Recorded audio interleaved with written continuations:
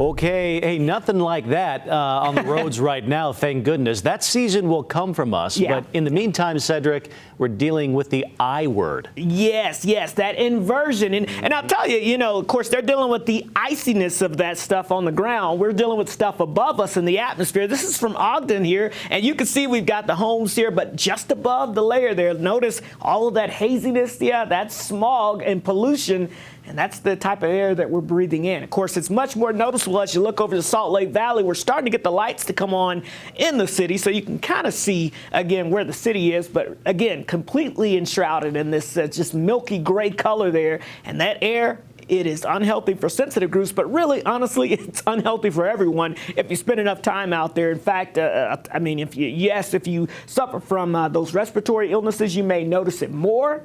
But, yeah, even if you just step outside, you're going to probably notice the itchy throat, burning eyes, got the cough going on a little bit. Yeah, that's going to be for most of us, and that will likely stick around for the days to come, for your Thursday, Friday, and into your Saturday. I just don't see anything really heading our way during this time frame to kind of get rid of the gunk, as they like to call it out there, and so we're kind of just stuck with that. We're stuck with this stagnant weather pattern as well, with this big dip in the jet stream off towards the east, and you've got this big ridge of high pressure to the west. Now, that blocks any storm systems from coming into the West Coast.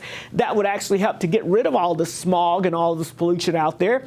So it just sits there and hits the lid and just stays there. And again, it doesn't ventilate anytime. So even if it goes down, the sun goes down and it comes back up the next day, it just gets worse and worse. And so I think tomorrow we may actually get very close to potentially hitting that code red in some spots, just because we're going to continue to build off of what we already have out there.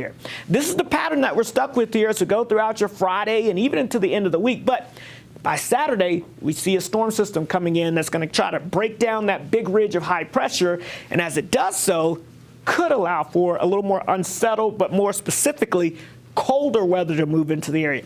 Colder air, it kind of mixes out that warm air and allows for, again, that inversion to kind of disappear across the area. So we've got our fingers crossed for that. And along with that, we may actually see a little precipitation try to sneak in as well. Temperatures out there right now, we've got 30s and 40s across the north. Notice, though, down towards St. George, still sitting at 60 degrees. We're going to be heading down into the 20s and low 30s tonight. Watch out for some of that patchy, dense fog in some of those waterway areas down into the valleys near the Great Salt Lake and some of the other water areas. And then notice tomorrow, more the same. Haziness out there, that smog out there, and temperatures into the 40s.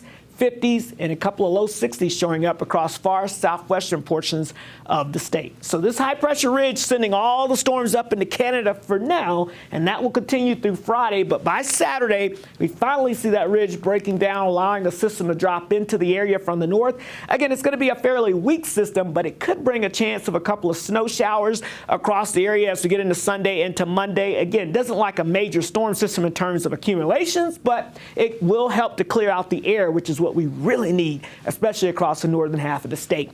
60s giving way to 50s, and look at that, even 40s as that dry front moves through southern Utah. So sunshine, though, over the next couple of days will be very nice down there across the south, but across the north, yeah, here we go.